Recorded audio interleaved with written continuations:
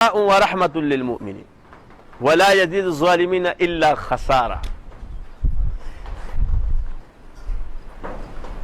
تو اللہ کا ذکر اللہ کی نے ایک لڑکی کے لیے ہم اللہ کو بھول جاتے، ایک لڑکی کے لیے. ہم نے اللہ کو نہیں پہچانا ہے، ہم نے حضور کو نہیں پہچانا.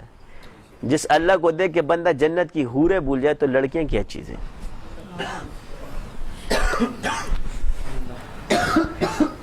چھوٹتی نہیں ہے یہ مرض. اس کی کوئی برائی اپنی آنکھوں کے سامنے لے آؤ، نفرت آ جائے گی. سارا عشق نفرت میں بدل جائے گا. اور عشق کو اللہ کے لیے کر دو. آسان علاج بتا رہا ہوں عاشقوں کو، اس سے بہترین علاج نہیں. اس میں چرس اور بھنگ پینے کی ضرورت نہیں ہے تمہیں کہ شراب تیرے عشق میں شراب پینے لگا ہوں، اب میں ایسے ہی جینے لگا ہوں. ٹنکی بننے کی ضرورت نہیں ہے، ٹانکا بن. سیدھا جا دو رکعت ایک بات. یہی اس کی نفرت کے راز ہے جو تجھے چھوڑ کے دوسرے کے پاس چلی گئی. بس تو یہ میرا یار میرے سے چلا گیا. تیرا یار ہی نہیں تھا. یار یار کو تھوڑی چھوڑتا ہے.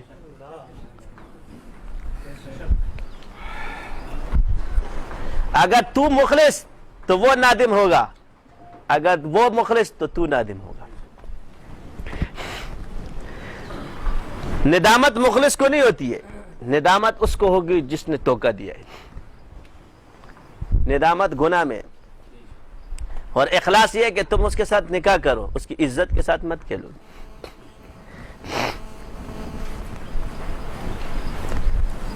باقی اگر تمہارا اس کے ساتھ اللہ نے نکاح نہ لکھا ہو، یہ مقدر ہے، راضی رہو.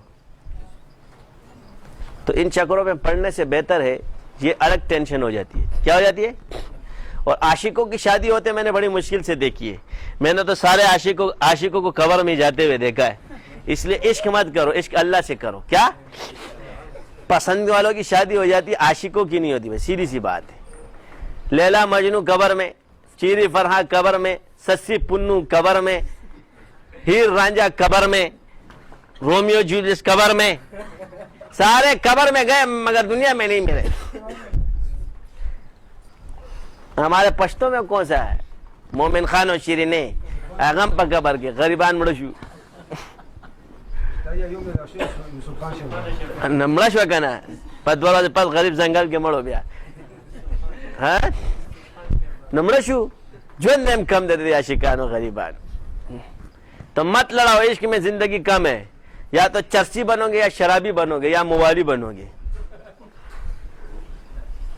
تو اللہ کے عاشق بن جاؤ اور حضور کے عاشق بن جاؤ. یہ دل اللہ کو دے دو، یہ سوچے حضور کو دے دو.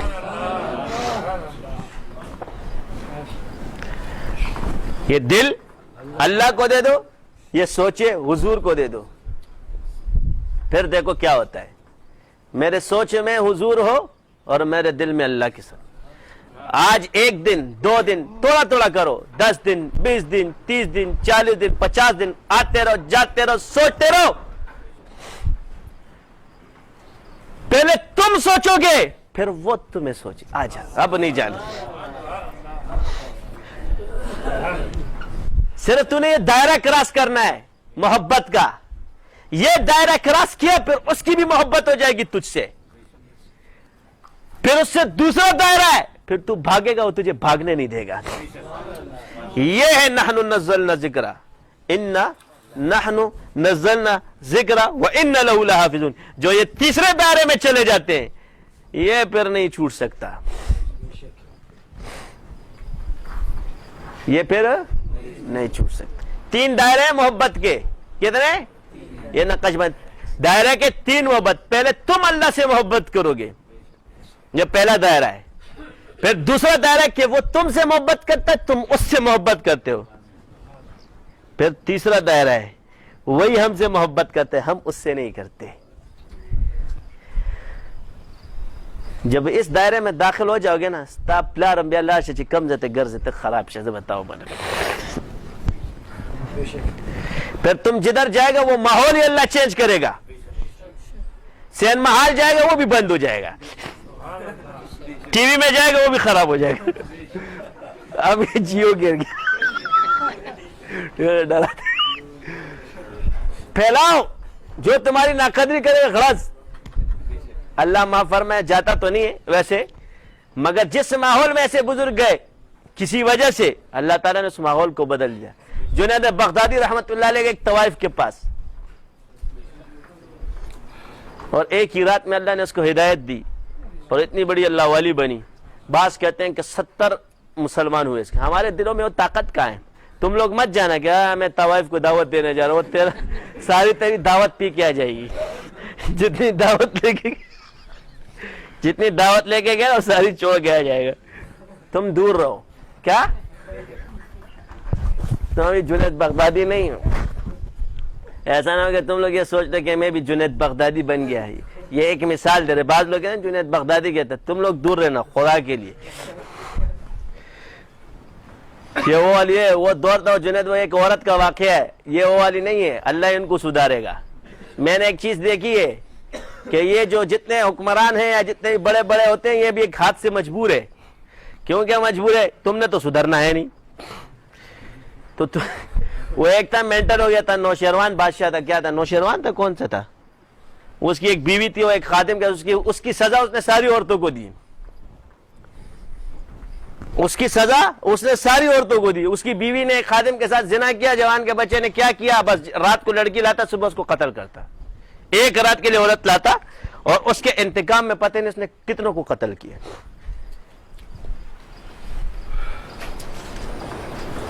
یہ واقعہ تاریخی ہے. ان کے یہ تو مینٹل ہے، تو یہ پاگل ہو جاتے حاکم. تو پھر پاگل ہے سے کون پوچھے گا؟ تم کہتے یا اللہ، ابے اللہ کرے حکمرانوں کو ہدایت دے. جمعے کے خطبے میں ان کو دعائیں دیا کرو. خدا کے بندو کیوں اپنے اوپر عذاب کو مسلط کرتے ہو؟ پل چلے ہو نا جمعہ کے بتاؤ وجنی بیا بل وجنی. بندہ جب گھر میں پاگل ہوتا ہے نا، سب سے پہلے جب جانور پاگل ہوگا سب سے پہلے اپنے گھر والوں کو کھائے گا، بعد میں دوسروں کو کھائے گا. تو اگر انسان پاگل ہوگا نا تو پھر سب سے پہلے کس کو مارے گا؟ اپنے گھر والوں کو مارے گا نا. تو تم کہتے ہو خدا لیوانے کا سپیلنے کا، تو خدا ہدایت ورکے. اللہ ہدایت دے. حکم ایک ہدایت دو قسم کی ہوتی ہے. ایک ہدایت ایمانی ہے، ایک ہدایت عملی ہے. کیا ہے؟ ایمان دو قسم کا ہے. ایک ایمان اعتقادی ہے اور ایک ایمان عملی ہے. تو بعض اعمال میں بھی انسان کمزور ہوتا ہے. وہ کہتے ہیں اللہ اس عمل میں اس کو ہدایت دے. تو اے اللہ ہدایت دے، اس سے مراد ہدایت عملی ہے. اور حاکم مقدر ہے. اگر ہمارے اعمال اچھے بھی اور اللہ اگر ہم پہ برا حاکم بنا تو اگر تقدیر میں لے گا تم کیا کر لو گے؟ تو تابعین سے لے کے صحابہ کے دور پہ تو ان کے اعمال تو اچھے تھے، تو اللہ تعالیٰ نے پر امتحان نہیں لائے کہ نہیں لائے؟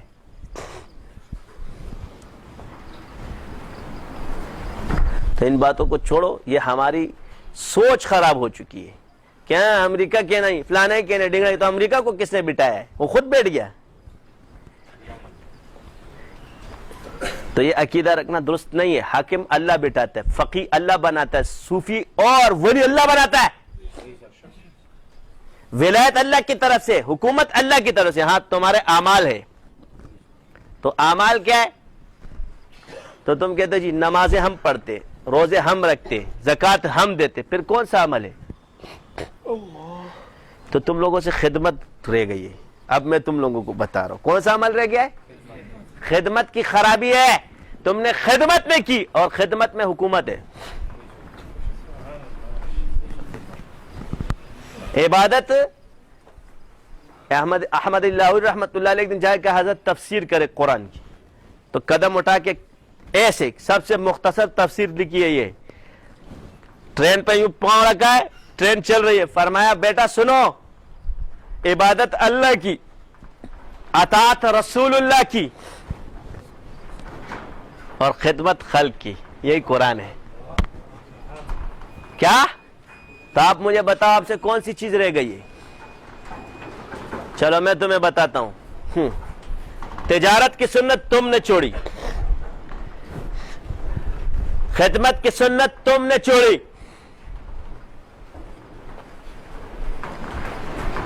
تزکیے کی سنتیں تم نے چھوڑی ہے، اور کہتے ہو کہ ہم دنیا کے امیر بن جائیں. یہ غلامی کون کرے گا خادموں کی؟ یہ گھر کی روٹیاں ان کی کون لائے گا؟ یہ رستے کون صاف کرے گا؟ یہ خدمت ہے، اسی سے حکومت ملتی ہے، تم کرتے ہو؟ تو تم نے یہی عمل چھوڑا ہوا ہے، اسی وجہ سے تم پہ وبال ہے۔ اور دوسرا، حکومت کے ساتھ رہ کر، یہ بھی صحابہ کی سنت رہی ہے۔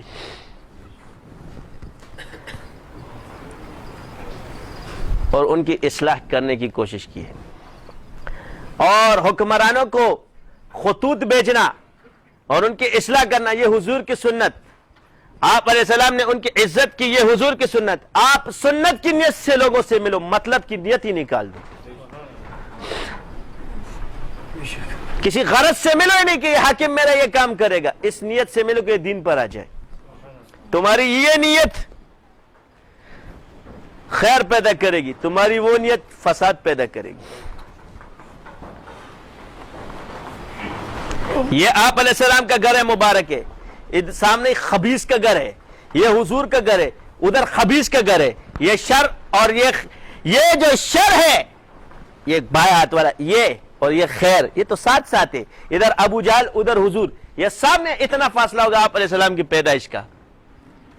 اور جب آپ کو نبوت ملی، اس گھر کے فاصلے سے اس گھر کے فاصلے پر 3000 مرتبہ اس کو دعوت دینے گئے۔ تم لوگ کتنی مرتبہ گئے ہو؟ اگر ایسی بات کرنے والا کوئی ہوگا تو اس کو کہیں گے درباری ملا ہے، تیرا عقیدہ تجھے درباری ملا بناتا ہے۔ میں عقیدہ مانوں، تجھے مانوں۔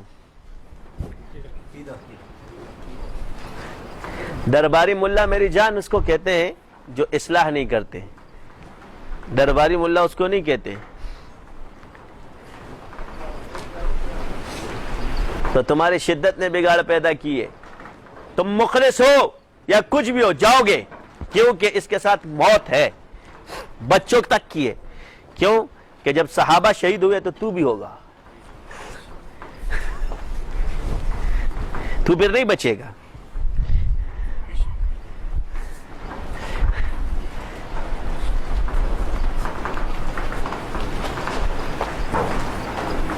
یہ اپنے دماغ میں رکھنا، تیرے بچے بھی جائیں گے، تیرے گھر والے بھی جائیں گے، تیرے خاندان والوں۔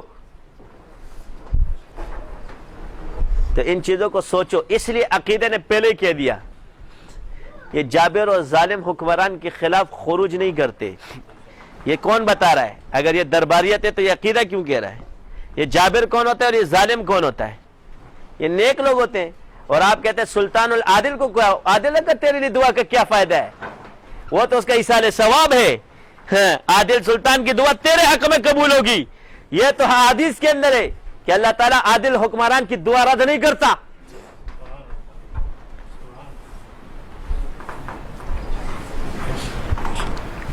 تیری دعا اسی کے لیے جو سلطان العادل نہیں ہے۔ جو نیک ہے اس کو تیری نیکی کیا فائدہ دے گی؟ جو خود نماز پڑھ کر گیا ہو، آپ علیہ السلام نے فرمایا جس نے زندگی کے اندر ایک کھجور دی ایسی پرانی، وصال کے بعد سونا اتنا تقسیم کر دے، اس کے ثواب تک نہیں پہنچ سکتا۔ یہ پہاڑ سونے کے تقسیم کروا دو، یہ مفہوم حدیث اس طرح ہے، اتنا ثواب نہیں ملے گا جو اس نے اپنی زندگی میں کیا ہو اتنا عمل۔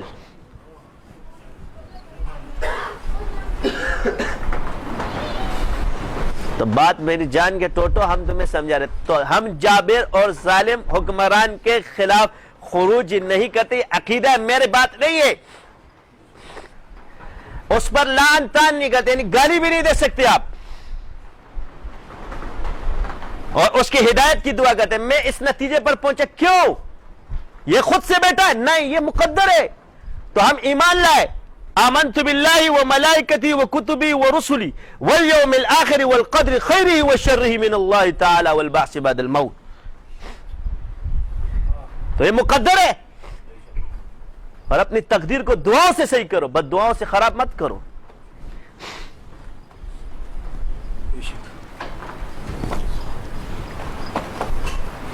کچھ تو ہے، اتنا بھی حقیر مت جانو۔ یہ خانہ کعبہ کی دروازے ان کے لیے کھلتے ہیں، یہ حضور کی جالی اس کے لیے کھلتی ہے۔ اگر تم نے یہ دروازہ کراس کرنا تو پھر تم حاکم بن جاؤ۔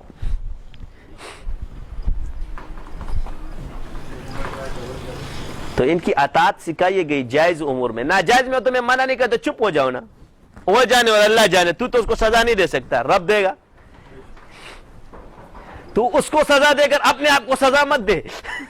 جو چیز تیرے نفس خود برداشت نہیں کر سکتی تو دوسروں پر اس کے مت لگے گا. اب تو خود ایمان والا بنتا ہے, اوروں کو مت بنا نا.